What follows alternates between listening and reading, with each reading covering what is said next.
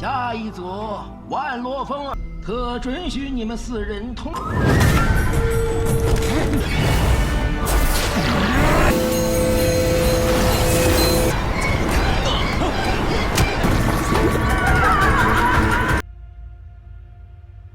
Hula semuanya, bagaimana nih kabar kalian? Semoga dalam keadaan baik-baik saja dan sehat selalu ya. Pada kesempatan kali ini, kita akan melanjutkan Babang Fangan ataupun Immortality. Tepatnya episode 8 kalau ditotalkan menjadi episode 32 ya. Kalau salah tolong dikoreksi. Sebelum itu kita review dulu untuk part sebelumnya. Kompetisi Gunung Sane akhirnya telah dimulai, yang dimana peraturannya tetap sama untuk tahun lalu ya. Dan sekarang, tahun ini, mereka benar-benar mempunyai salah satu kandidat yang paling terkuat, yaitu Fangan sendiri. Tetapi dirinya selalu diremehkan dan diremehkan. Bahkan semua para murid mencoba untuk menjatuhkan Fangan guys. Dari 100 orang, kini tersisa menjadi 16 orang. Dan pertarungan 1 melawan 1 juga akhirnya segera terjadi. Yang pertama melawan Fangan melawan Yunqiang. Tetapi, dia dapat dikalahkan dengan begitu mudah. Hanya dengan tangan kosong saja. Pada awalnya, dia meremehkan Fangan. Tetapi nyatanya, hanya dengan beberapa tinju saja, dia dapat dikalahkan. Sedangkan untuk Hua Tiantu, dia sudah mengetahui Fangan memenangkan kompetisi pertamanya. Hal tersebut juga membuat dia langsunglah tersenyum ya. Karena ya sebenarnya Hua Tiantu juga ingin melihat Fangan bisa menang dan menjadi salah satu murid sejati dan bisa melawan dirinya guys. Kalau begitu, langsung saja kita meluncur ke dalam ceritanya. Lalu untuk babak kedua, yaitu Wang Lofeng dan juga Ling Lofeng, mereka ini adalah satu bersaudara, tetapi mengapa haruslah bertarung satu sama lain, dan mereka berdua sangatlah keberatan. Wang Lofeng juga meminta kepada penatua, lebih baik mereka berdua bertarung melawan Wu Ming dan juga si Chu Patkai. Karena mereka berdua juga adalah satu saudara, jadi pada intinya dia meminta perizinan untuk bertarung untuk melawan mereka berdua. Begitu juga dengan Wu Ming dan juga Cut Pakai tidak mau bertarung satu sama lain, sehingga mereka pun setuju dengan semua ini. Dan pertandingan pun langsunglah dimulai.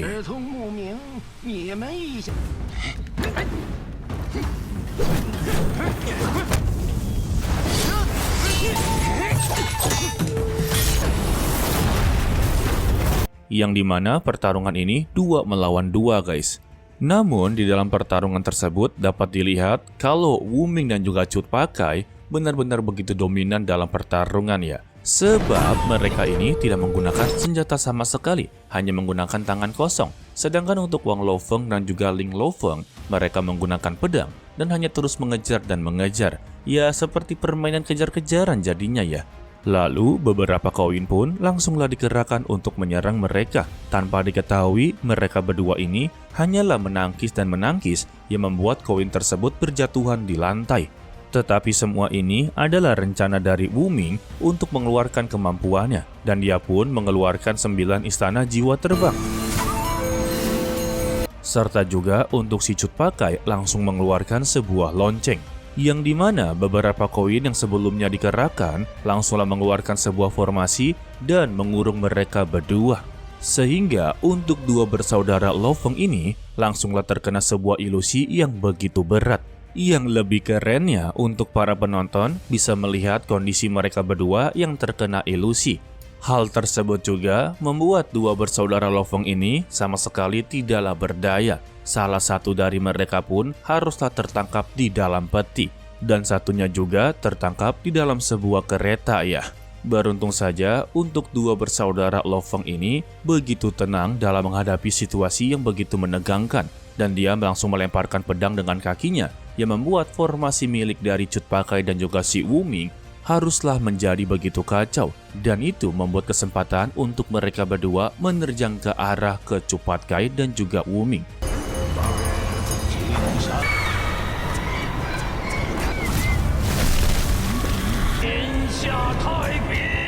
Bahkan mereka juga mendapati serangan yang begitu telak.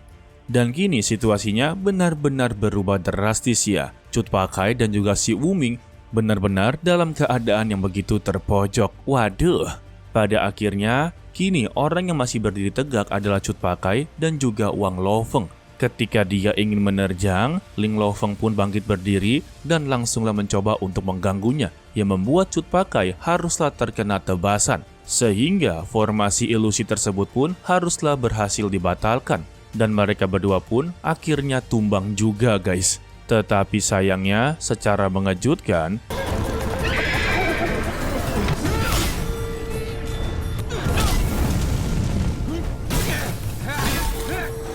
ketika ingin diumumkan kalau kedua bersaudara Laofeng ini menang dalam pertandingan, Wu Ming dan juga Cut Pakai langsunglah bangkit kembali, di mana mereka berdua juga mengeluarkan energi iblis. Xiaoling sungguhlah terkejut mengapa bisa mereka terobsesi dengan kekuatan energi iblis seperti ini. Ditambah, mereka berdua juga menggunakan senjata yang diberikan oleh Fang Han. Beruntung saja tindakan mereka dapat dihentikan ya. Dan itu juga membuat mereka tersadar kembali. Sehingga mereka berdua pun memohon ampun dan juga meminta maaf atas tindakan mereka. Sehingga kompetisi ini pun diumumkan kalau yang memenangkan pertandingan adalah si Wu Ming dan juga Cut Pakai guys. Bagaimana bisa semua ini terjadi? Sini Mimin jelaskan ya. Dikarenakan sebetulnya pertandingan belumlah berakhir dan mereka masih mempunyai kemampuan untuk bertarung. Jadi Cut Pakai dan juga si Wu Ming dengan tindakan sebelumnya itu sudah menentukan kalau mereka berdua telah menang. Dan untuk dua bersaudara Wan Lo dan Feng Er ini sebetulnya tidak lagi bisa untuk bertarung. Jika saja seniornya tidak menyelamatkan mereka berdua, mungkin saja mereka berdua telah meninggal dunia.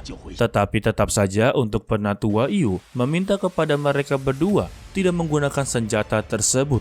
Karena senjata yang barusan mereka gunakan itu berisikan energi iblis. Jika digunakan, maka mereka akanlah dikendalikan ya. Setelah semua itu juga, Ye Nantian langsung menanyakan kepada mereka berdua. Dari mana mereka mendapatkan senjata ajaib seperti itu?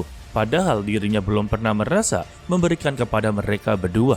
Lantas mereka pun mencoba untuk bersandiwara ya. Saat mereka mengikuti Fang Han di gua setan bawah tanah, dia melihat kalau Fang Han sedanglah bertarung dengan jenderal terbang berambut putih yang disebut sebagai Miao Fei. Di sana juga mereka mengakui telah menyembunyikan keberadaan mereka. Tetapi selagi mereka bersembunyi, mereka tidak sengaja menemukan senjata ajaib tersebut. Maka mereka memutuskan untuk menyelam sambil meminum air. Tetapi tetap saja dari raut wajah Ye Nantian, dia sempat tidak percaya kepada mereka berdua ya. Alhasil mereka berdua pun disuruh untuk beristirahat terlebih dahulu. Lalu untuk selanjutnya, yaitu pertarungan Fang Qingwei melawan Li Xiaofei. Tetapi pertarungan tersebut akan diadakan esok hari ya. Sehingga semua murid pun langsunglah bubar dari sana. Yang pertama bubar adalah Fang Han dan juga Xiaoling. Lalu pada malam harinya, Xiaoling ataupun Mo Ling yang sedang berkultivasi, dia tidak sengaja berada di dimensi lain dan melihat sebuah cahaya merah yang mengelilingi tubuhnya. Bahkan dia sama sekali tidak tahu cahaya tersebut berasal dari mana. Namun yang pasti cahaya tersebut benar-benar begitu lembut untuk dirinya. Dan dia juga merasa mengapa cahaya tersebut begitu familiar. Ditambah cahaya tersebut juga terus-terusan mengarahkan ke suatu tempat. Dan dia juga tetap merasa kalau cahaya ini sepertinya bagian dari dirinya juga. Karena penasaran juga, dia pun langsung mengikuti perginya cahaya tersebut. Dan terlihatlah sebuah cermin yang begitu besar di hadapannya Xiaoling, yang dimana cahaya tersebut juga langsung memasuki sebuah cermin, dan terlihatlah wujud dari Hong Yi. Hal itu juga membuat Xiaoling benar-benar terkejut karena mukanya mirip dengan dirinya. Karena penasaran, dia pun mencoba untuk menyentuh cermin tersebut ya. Hal itu juga membuat mereka berdua menyalurkan sebuah energi. Dan ini membuat Xiaoling benar-benar merasakan kesakitan di kepalanya. Waduh, transfer ingatan nih guys. Dan benar saja, dia bisa melihat semua ingatan dari Hong Yi waktu dia bersama Fang Han. Lalu, dia pun menanyakan kepada Hong Yi sebenarnya siapa dirinya. Dan siapa sangka akhirnya kita bisa mendengar suara Hong Yi. Kangen juga ya. Hong Yi pun menanyakan sebenarnya dia juga siapa, mengapa bisa mirip dengan dirinya. Lalu Xiaoling tiba-tiba menjadi tantrum dengan meminta kepadanya untuk tidak mengikuti pakaiannya serta mukanya. Dan jangan juga berpura-pura untuk menjadi hantu. Iya kan dia sudah meninggal dunia, otomatis jadi hantu. Dan dia benar-benar tantrum dengan cara memukul cermin tersebut hingga hancur dan akhirnya dia pun tersadar kembali. Setelah dirinya tersadar di ruangannya sendiri, dia menganggap ini hanyalah sebuah mimpi. Walaupun dikatakannya sebuah mimpi saja, hal tersebut membuat dia selalu kepikiran dan dia teringat dengan perkataan dari Yuan Chankong mengapa putri berbaju merah ataupun Hong Yi ternyata masihlah hidup. Ditambah juga pertanyaan putri berbaju merah kepada Fang Han sama sekali tidaklah dijawab. Ingatan tersebut saja membuat dia sangatlah kepikiran. Tetapi yang membuat dia sangatlah kebingungan, mengapa fisik serta mukanya sangatlah mirip dengan Hong Yi. Sehingga dia pun mempunyai ide yang begitu jahat ataupun niat buruk kepada Fang Han ya. Yang dimana dia mencoba untuk mengingatkan Hong Yi kepada dirinya. Sedangkan untuk Fang Han yang sedang berkultivasi dan di hadapannya sudah ada Xiaoling yang mencoba untuk menggodanya guys. Calon-calon kena tempeleng sama Fang Han nih.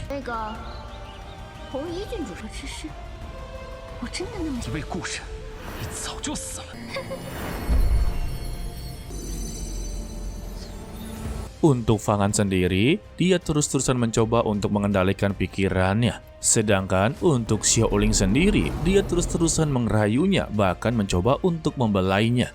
Namun yang tidak diketahui oleh Xiaoling, kalau kenangan terakhir dari Hong Yi itu tidak membuat Fang Han sangatlah senang karena dia masih mempunyai dendam kepada Hua Tiantu. Sebab semua ini ulah dari Hua Tiantu juga ya. Hal tersebut juga membuat Fang Han langsunglah tersadar kembali dan dia melihat kalau Xiaoling berada di tangannya dan dia pun langsunglah marah besar. Tetapi di sini Xiaoling sama sekali belum mengetahui kalau Fang Han benar-benar marah besar. Sedangkan untuk Fang Han, dia tidak terima karena dia sudah berani-beraninya menggunakan kekuatan sihir kepadanya ya. Xiaoling juga beralasan kalau dia ini tidak berniat untuk menyakiti dirinya. Hanya saja dia ingin membuat Fang Han bisa menerima fakta kalau teman lamanya ini telah meninggal dunia. Dan lagi dia meminta untuk tidak perlu mengingatnya ataupun mengenangnya. Jadi dia tidak perlu marah. Ya intinya dia beralasan untuk membantu Fang Han melupakan Hong Yi ya. Tetapi langkah dari Xiaoling ini benar-benar sangatlah salah besar ya. Yang dimana itu hanyalah satu-satunya kenangan terakhir dari Hong Yi dengan dirinya guys. Jadi ya tidak mungkin Fang Han untuk bisa melupakannya. Dan dia pun langsung menghukum kembali Xiaoling guys. Mampus dah. Lalu Xiaoling pun mencoba untuk menanyakan apa sebenarnya tujuan dari Fang Han untuk memenjarakan dirinya serta menyuruhnya untuk terus-terusan mengikuti dia pergi kemanapun. Fang Han hanya menjawabnya suatu saat nanti dia akan mengetahui alasan dibalik dia menyuruh Xiaoling terus mengikuti dirinya. Namun yang pasti untuk saat ini, jangan pernah bertindak di luar batasan yang dia tidak inginkan ya. Lalu Fang Han pun menyuruhnya untuk keluar dari sini sekarang juga. Setelah dia keluar, secara tiba-tiba juga pedang milik dari Hong Yi langsunglah menyala. Yang membuat Fang Han pun langsung memegang pedang tersebut ya. Lalu Nagayan juga keluar dengan memberitahu barusan pedang tersebut menyala. Apakah dia melihatnya juga? Fang Han pun langsunglah mengiyakannya. Dia menanyakan kepada Nagayan sebenarnya apa maksud dari cahaya tersebut. Apakah dia ingin mencoba untuk mengingatkan dia kepada Hong Yi. Tetapi Nagayan memberitahu lagi kalau pedang ini adalah milik pribadi dari Hong Yi. Dan pakaian yang dikenakan oleh Xiaoling itu juga pribadi milik dari Hong Yi. Kemungkinan besarnya pedang itu menyala meminta kepada Fang Han untuk tidak menyakiti Xiaoling karena Xiaoling ini mirip dengan Hong Yi.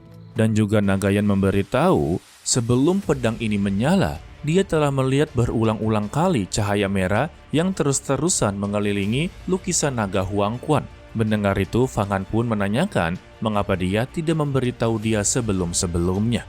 Tetapi Nagayan memberikan alasan mengapa dia tidak memberitahu sebelum-sebelumnya. Dengan kondisi prima dia saat ini saja, dirinya mengetahui kalau pedang tersebut bersinar membuat dia benar-benar sangatlah galau. Jika dia memberitahu kondisi Fangan ketika dia sedang berkultivasi ataupun berjuang dan juga berselisih dengan Hua Tiantu, mungkin saja dia akan menjadi manusia yang begitu sampah karena udah galau mendapati sebuah masalah benar-benar akan jatuh ya. Ia pada intinya, jika dia memberitahu sebelum-sebelumnya, mungkin saja Fangan akan mendapati masalah yang begitu besar guys. Dan Nagayan pun menyarankan, cobalah untuk menjadi lebih kuat. Karena hanya dengan menjadi kuat, dia pasti mampu untuk melakukan apa yang dia inginkan ya. Iya, ada benar sih kalau di dunia nyata, selama Anda mempunyai uang, maka kalian akan bisa mendapatkan apapun yang kalian inginkan. Tidak perlu kuat dalam hal bela diri, tidak perlu dengan kekuasaan. Selama kalian punya uang yang begitu banyak, kekuasaan dapat dibeli, kekuatan dapat dibeli, semuanya dapat dibeli guys. Orang munafik aja lah yang bilang semuanya tidak bisa dibeli. Jadi spoiler untuk part berikutnya, ya sudah pasti dong pertandingan Fang Qingwei untuk melawan Xiao Fei. Dan disinilah dia benar-benar begitu sombong, serta juga memperlihatkan kemampuan dia, padahal kekuatannya minjem-minjem ya. Dan yang pasti untuk episode berikutnya bukanlah pertarungan dari Fangan, karena dari 16 orang tersebut mereka akan mendapati bagian untuk bertarung ya. Oke lah, sepertinya cukup sampai di sini saja dulu untuk video kali ini ya. Mimin ucapkan terima kasih kepada kalian yang telah menonton sampai akhir. Pesan dari Mimin, tetaplah menjadi orang yang baik walaupun itu sangatlah sulit ya. To be continue, sampai jumpa di video berikutnya guys. Bye bye. 下一组万罗峰，可准许你们4人同。